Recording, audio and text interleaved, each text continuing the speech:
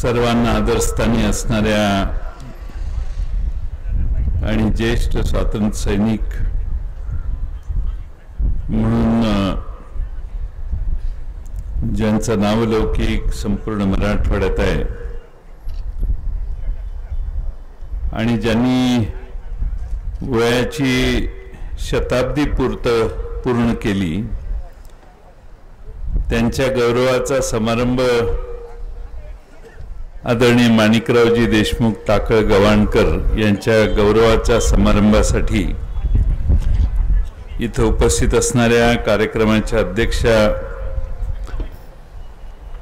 आदरणीय सूर्यकांताताई पाटील, जयप्रकाश दांडेगावकर साहेब, माधवराव किनाळकरजी, गणेशराव दुधगावकरजी, सुरेशराव वरपुडकर साहेब, या निमित्ताने उपस्थित असणारे माजी खासदार आणि विधान परिषदेचे सदस्य हेमंत पाटील, विक्रम काळे, माजी खासदार शिवाजीराव माने, माजी आमदार रामप्रसाद बोर्डीकरजी, माजी आमदार भाऊरावजी पाटील गोरेगावकर, माजी आमदार सुरेश देशमुख, संतोष टारफे, गजाननराव घुगे, रामरावजी वडकुते, मोहनराव हंबर्डे, पंडितराव देशमुख, या निमित्तानं आपल्या स्वागत समितीचे अध्यक्ष आणि आमदार तानाजीराव मुटकुळे, सतीश देशमुख, पंडितराव देशमुख, दिलीपराव चव्हाण, या निमित्ताने इथं उपस्थित असणारे वाशिमचे आमचे सहकारी बाबाराव खडसे, लातूरचे आमचे सहकारी संजय शेट्टे, बसवराज पाटील साहेब, बाबाराव बांगर, हिंगोलीचे माजी नगराध्यक्ष, त्याचबरोबर रुपालीताई पाटील गोरेगावकर, या निमित्ताने उपस्थित असणारे कांतराव काका झरीकर, माजी नगराध्यक्ष अब्दुल हफीज, या निमित्ताने उपस्थित असणारे बरीच मोठी यादी आहे. सर्वच मान्यवर आमचे अनिल पतंगे असतील, सुनील देवडा असतील, नंदकिशोर तोष्णीवाल, जगजित राणा, जगजितराज खुराणा, त्याचबरोबर सर्वच या समितीचे मान्यवर सदस्य आणि बंधू भगिनींनो, माझी अजूनही शंका आहे की माणिकरावजी देशमुख टाकळ गवाणकरांचं भाषण तुम्ही मध्येच थांबवलं. त्याचा शोध नक्की मी नंतर घेईन, पण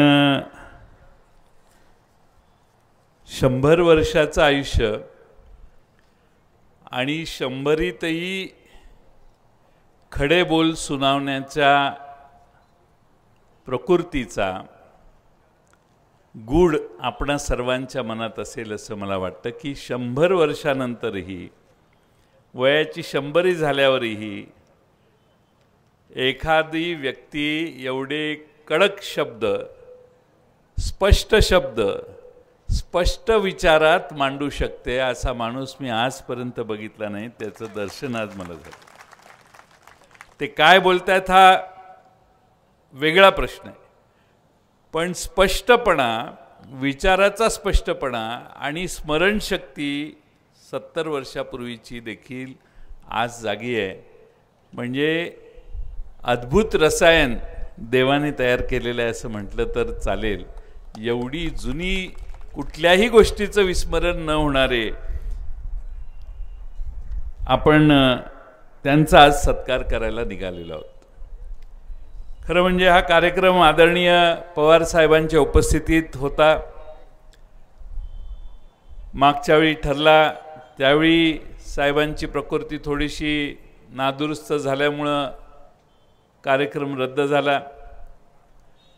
यावेळी साहेबांनी स्वतःहून ही तारीख दिली.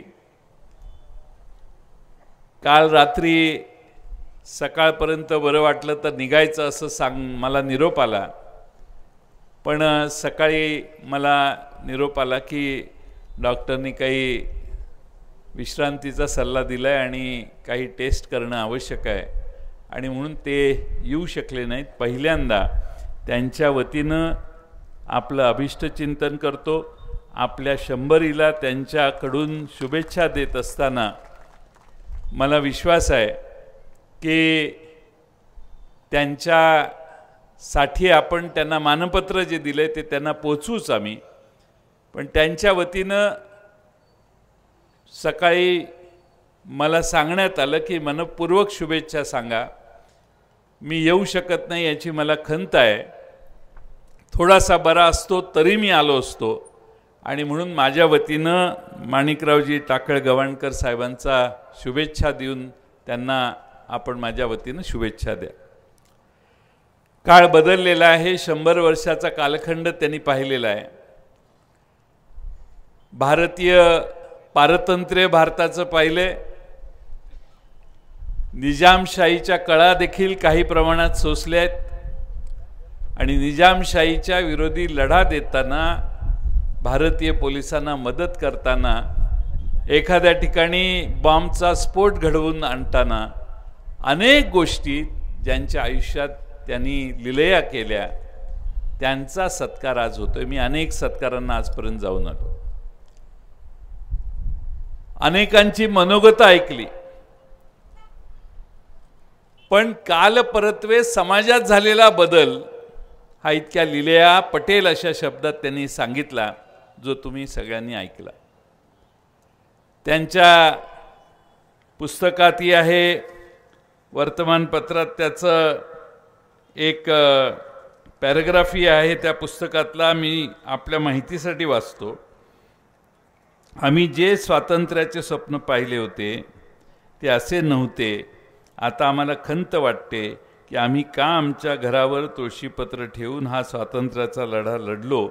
आजच्या पिढींना खरं वाटणार नाही, परंतु निजामाच्या काळामध्ये रात्री अपरात्री एखादी सुंदर स्त्री जिच्या अंगावर मौल्यवान दागिने घालून ती एका गावाहून दुसऱ्या गावात जात असे, तिच्या अंगाला केसालाही धक्का लावण्याची हिंमत त्यावेळेस कुणात नव्हती.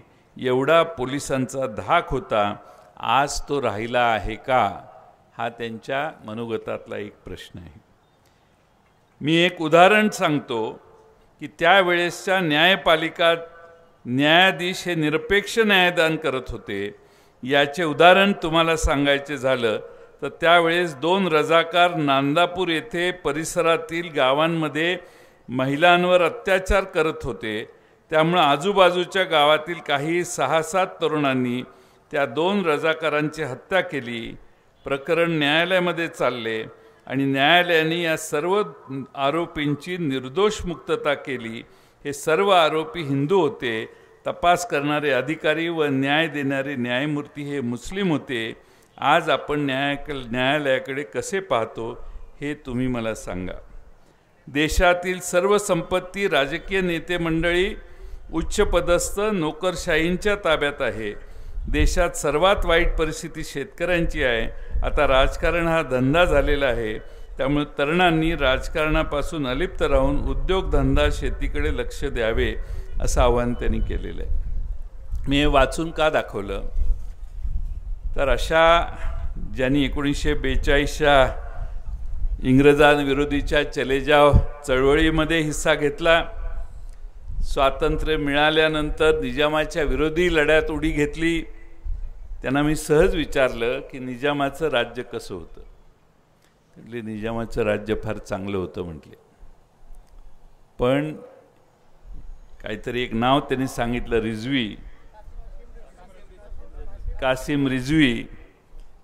तो आल्यानंतर सगळं बिघडलं म्हटले आणि त्याने भारतात सहभागी होण्यापासून त्यांना परावृत्त करायचं काम केलं आणि मग आम्ही आंदोलन केलं. या देशामध्ये शेतकऱ्यांची परिस्थिती 1930 साली जी होती त्यात आणि आजच्या 2025 सालच्या शेतकऱ्यांच्यात आमूलाग्र बदल झालेला आहे. नाही असं म्हणता येणार नाही. ज्या शेतकऱ्याला पाणी अजिबात उपलब्ध नव्हतं त्याच्यापर्यंत पाणी हळूहळू का होईना पण गेल्या 25-30 वर्षात गेलं. आज शेतकरी पाणी नाही म्हणून आंदोलनं कमी करतो, पण शेतीला भाव नाही म्हणून आंदोलनं प्रचंड मोठ्या प्रमाणात करतो. आम्ही विमा काढलेला आहे आमच्या पिकाचा, पण आम्हाला पिकाची रक्कम नुकसान झाल्यावर आवश्यक तो मोबदला मिळत नाही. अशा नव्या नव्या प्रश्नात आज मागच्या 10-15 वर्षात शेतकरी अडकलेला आहे. आणि म्हणून 1930 सालचा शेतकरी आणि आता 2025 सालचा शेतकरी, संकट तसंच वाटतं शेतकऱ्याला. 1930 साली जे संकट आहे तसंच संकट आमच्यासमोर आजही उभं आहे. ही शेतकऱ्याची त्यानिमित्तानं भावना आहे. आणि म्हणून आज माणिकराव देशमुख साहेब आपल्या सर्वांचे आजोबा आहेत. मगाचपासून ते मला सांगतायत, हा माझा नातू आहे, हा माझा नातू आहे.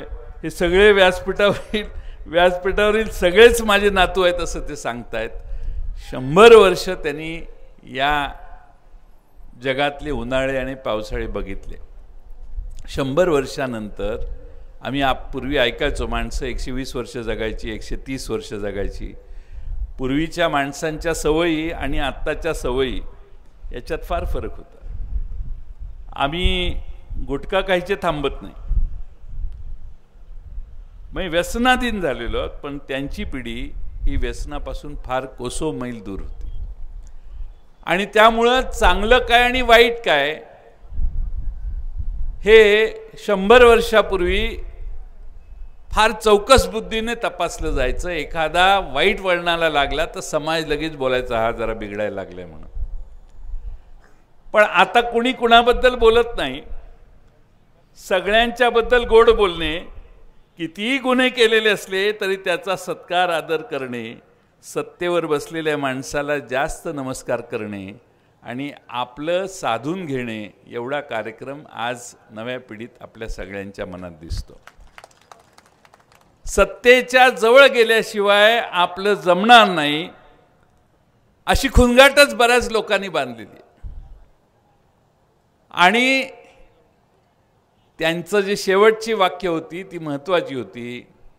आज राजकारण्यांच्याकडे आणि अधिकाऱ्यांच्याकडे सगळी संपत्ती एकवटायला लागली. याचा वेगळा अर्थ असा आहे की संपत्ती मिळवण्यासाठी राजकारणात आलेल्या लोकांची संख्या वाढलेली आहे. आणि जेवढी मला आठवतं त्यांनी मग भाषणात सांगितलं फुकट निवडून यायचे पूर्वी आमदार. आता थोडं तुम्हीच अंतर्मुख व्हा आणि या विधानसभेच्या निवडणुकीत कोणाचे किती खर्च झाले याचा अभ्यास करा. अंबर्डे तुम्ही पुढे सरकला, काय भानगड आहे? ते उत्साहानं पुढे सरकले, आपल्या व्यथा मांडतोय असं त्यांना वाटलं. तुम्ही सध्या ट्रान्झिटमध्ये आहे त्यामुळे मी तुमच्यावर काय बोलत नाही.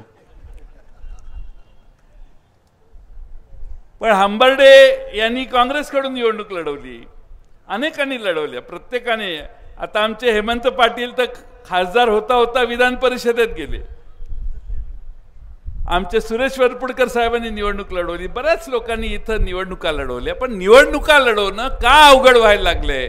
पक्ष कुणाचा हा फार महत्त्वाचा मुद्दा नाही, पक्षीय मुद्दा नाही आहे. पण विधानसभेला उभं राहणं हे आता फार अवघड झालेलं आहे.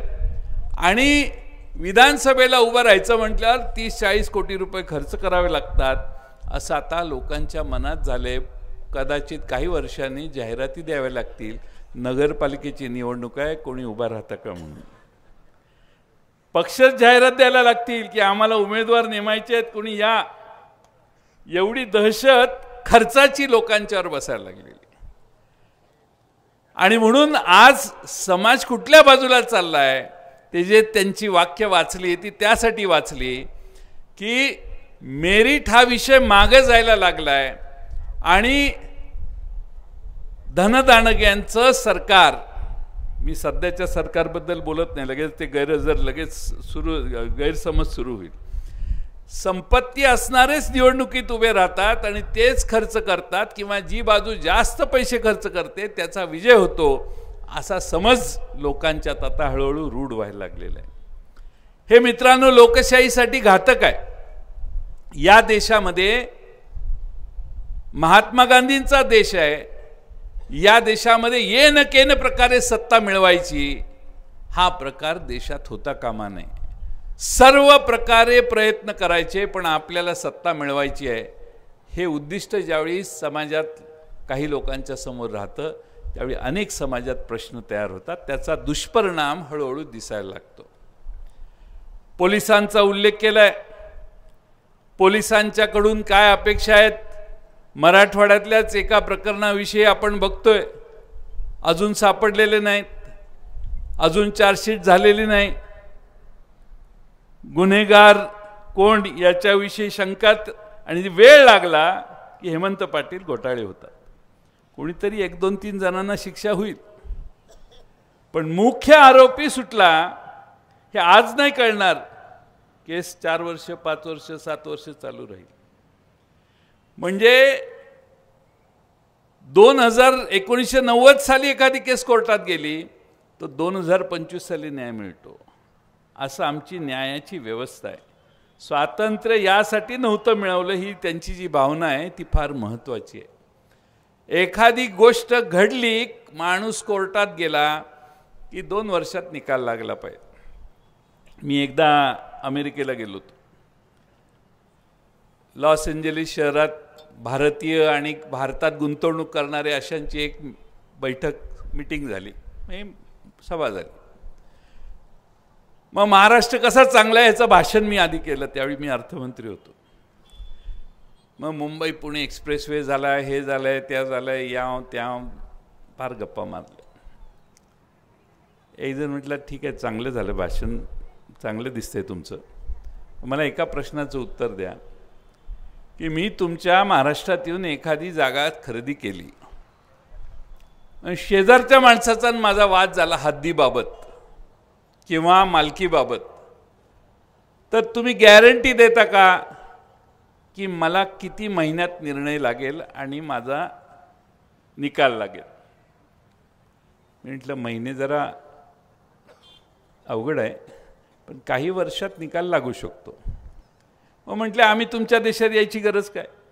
तुम्ही जर न्याय देणार नसाल आम्हाला वेळेवर, जगाच्या पाठीवर 1-2 महिन्यात निकाल लागतात आणि तुमच्या देशामध्ये जर वर्षोनवर्ष आम्ही जे वाचतो इतका विलंब होत असेल, तर मग न्याय ज्या देशामध्ये विलंबाने मिळतो तो न्याय आम्ही मानत नाही. आणि म्हणून सांगण्याचा मुद्दा असा की त्यांच्या भाषणामध्ये या सगळ्या गोष्टींवर त्यांनी बोट ठेवलेलं आहे. माझी फार लांब भाषण करण्याची इच्छा नाही, पण दिलीपरावजींनी एका चांगल्या कार्यक्रमाला मला बोलवलं आणि हॉटेल शांती लॉजिंगचं उद्घाटन देखील आज आम्ही सगळ्यांनी जाऊन मगाशी केलं. मला वाटतं हिंगोलीला एवढं सुंदर उत्तम हॉटेल मला वाटतं पहिल्यांदाच असेल. तुम्ही प्रत्येक खोली बघितली तर अतिशय उत्तम लक्ष घालून करण्यात आलेली आहे. आणि दिलीपरावांचा चिरंजीव परदेशातून शिकून आलेला आहे इंग्लंडमधून, त्याचे सगळे परिणाम त्या हॉटेलवर दिसायला आम्हाला लागलेले आहेत. एक उत्तम हॉटेल या शहरासाठी आपल्याला दिलीपरावांनी उपलब्ध करून दिले. आज दिलीपरावांनी आम्हा सगळ्यांना या ठिकाणी बोलवलं. मी आपणा सर्वांच्या वतीनं आपल्या सत्कार मूर्तीला शुभेच्छा देईन. पण मला आज या कार्यक्रमाला येण्याची संधी दिली, मी स्वतः भाग्यवान समजतो की 100 वर्षात हेमंत पाटील खणखणीत बोलणाऱ्या व्यक्तिमत्वाचा सत्कार करण्याची मला संधी मिळाली. राजकारण्यांनी आपल्याला अडचण असेल, समोरचा अडचणीचा बोलत असेल तरी ते ऐकून घ्यायला शिकलं पाहिजे. मनाच्या विरोधी असेल तरी ते ऐकलं पाहिजे. एखाद्याने उभा राहून 4 शिव्या घातल्या तरी ते ऐकलं पाहिजे आणि आपल्यामध्ये सुधारणा केल्या पाहिजेत. त्यांचे शब्द काही शिव्या शापाचे नव्हते, पण त्यांनी आपल्या सर्वांना 70 वर्षापूर्वीची परिस्थिती आणि आजची परिस्थिती याच्यातला फरक सांगण्याचा प्रयत्न केला. सरकार कुणाचं हे फार महत्त्वाचं नाही आहे. पुन्हा सांगतो, सध्याची मानसिकता समाजाची काय आहे हे त्यांनी समजावून सांगितलं आणि मला खात्री आहे की व्यासपीठावरील आणि समोरील सर्वच त्याचा बोध घेतील आणि त्यांच्या दृष्टीनं जे त्याज्य आहे ते तुम्हा सर्वांच्या दृष्टीनं देखील त्याज्य होईल, अप्रिय जे आहे ते अप्रिय होईल आणि पुन्हा एकदा भारत ज्या उद्देशाने स्वातंत्र्य मिळवण्यासाठी पुढे आला त्या स्वातंत्र्याची पुढच्या पिढीला तरी चांगली फळं मिळवून देण्याचा प्रयत्न आपण कराल. त्यांना 100व्या वर्षी शुभेच्छा देताना तुम्हा सर्वांच्याकडून त्यांच्या आयुष्यातल्या ज्या अपेक्षा आहेत त्या यशस्वी करण्याची प्रेरणा तुम्हा सर्वांना मिळो एवढीच अपेक्षा व्यक्त करतो आणि आपल्या सर्वांची रजा घेतो. धन्यवाद.